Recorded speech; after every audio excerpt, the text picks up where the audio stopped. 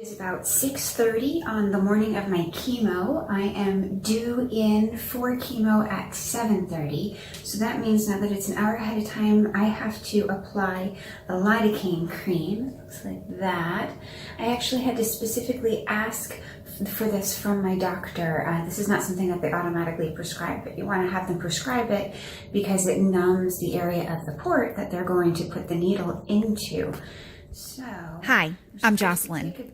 I have invasive ductal carcinoma, breast cancer, stage 2B, and this is what it's like to spend a day in chemotherapy. Sit there. And then this is the part that I missed last time, which I'm not going to miss this time. They advise that you take some cling wrap and cover it so that it doesn't get rubbed off. So I've taken a shower this morning, but I haven't put on any perfume or deodorant because that stuff is supposed to mess with the sense of smell of the other people in chemo with me. So that's that. Now I'm ready to head to the hospital. On any blood thinners? The first thing they do at the hospital is take my blood to run my labs. The nurse asks a long string of questions, and I hope that none of my answers makes her stop what she's doing. Then it's time to stab my port. This is my 13-year-old's favorite part.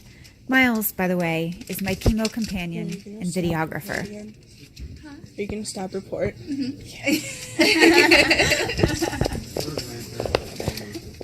1, 2, 3.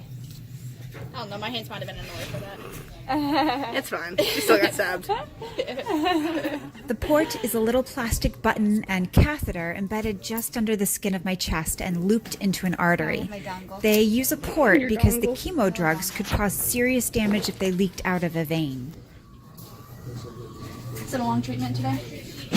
I don't know. I mean, I have A and C, whatever those two are. So A and C, my chemo drugs, are usually given together. A is adriamycin, also known as the Red Devil. C is Cytoxin. Once the nurse has taken my blood, I head over to the oncologist's office in order to get her interpretation of my labs. All right. Easy peasy. Dead yet? Not dead yet. Okay, so the doctor said that I'm looking good. I actually saw not the doctor, but the nurse practitioner. She looked at my labs. They took all my vitals. Everything's good. Actually, my labs are even better than before I started chemo, which kind of perplexed everybody, but we're not going to question it. And then I've lost like 6 pounds, I think. You lost like 10.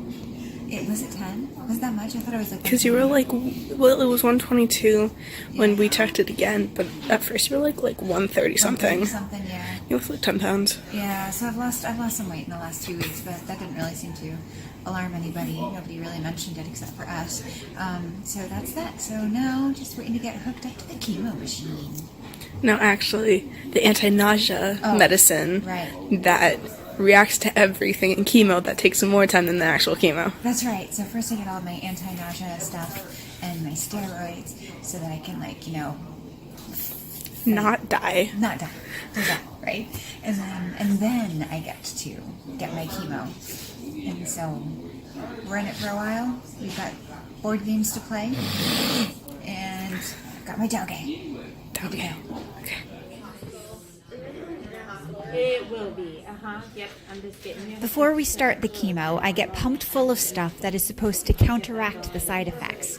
We start with steroids, then move on to anti-nausea medicine. I also start to get a little punchy.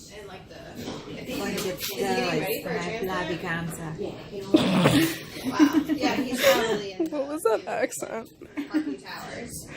If you ask him, are you in Parkview Tower? That was awesome. Like in the hospital.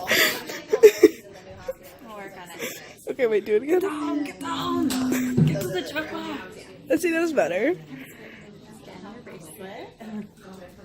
The first chemo drug I get is adriamycin, the Red Devil. The drug that makes your hair fall out and your skin burn and your mouth sore and your pee red. Adriamycin can't be given through IV, so the nurse has to push it into my port over the course of 20 minutes. It gets very boring for all of us. Finally, the Cytoxin. Back in the IV for a drip that'll last about 40 minutes. As the drugs build up in my body, my cognitive ability starts to decline. This is chemo brain. We're playing a riddle game called Crack the Case, and I'm finding that it's getting more and more entertaining the more the chemo drugs get into me, because words don't happen as this process continues. So it gets really hard after a while, but Miles carries me through. Yeah. All right, and you know it takes 45 minutes to infuse, so don't, it'll start going at 2:15 tomorrow, but don't take it off till... When the chemo is done, the nurse sticks a contraption on my belly that will, in 24 hours, inject me with a medicine called Neulasta.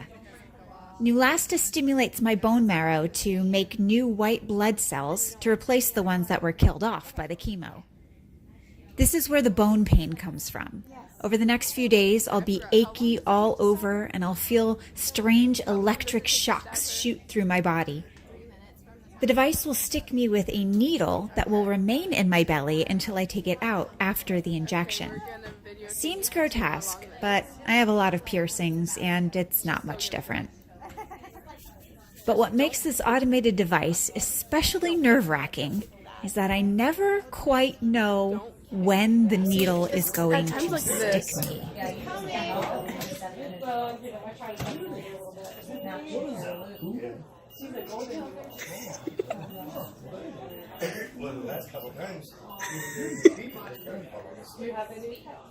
How's that Benadryl still?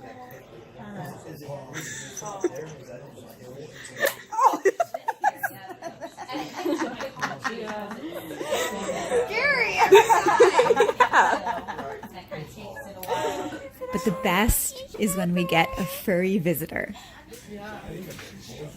I went to a conference Then, at last, it's time to go home. Home now, in bed, with my relaxation companion, my post-chemo relaxation companion. I've had a little bit to eat. I've been able to stomach a little bit of Jell-O and chicken noodle soup, but that's about it. So that'll probably be it for a while. I'm not feeling sick right now, but I'm definitely feeling tired and headachy. And tomorrow will be when I have to start combating nausea with the medications they give me. So that is a day of chemo.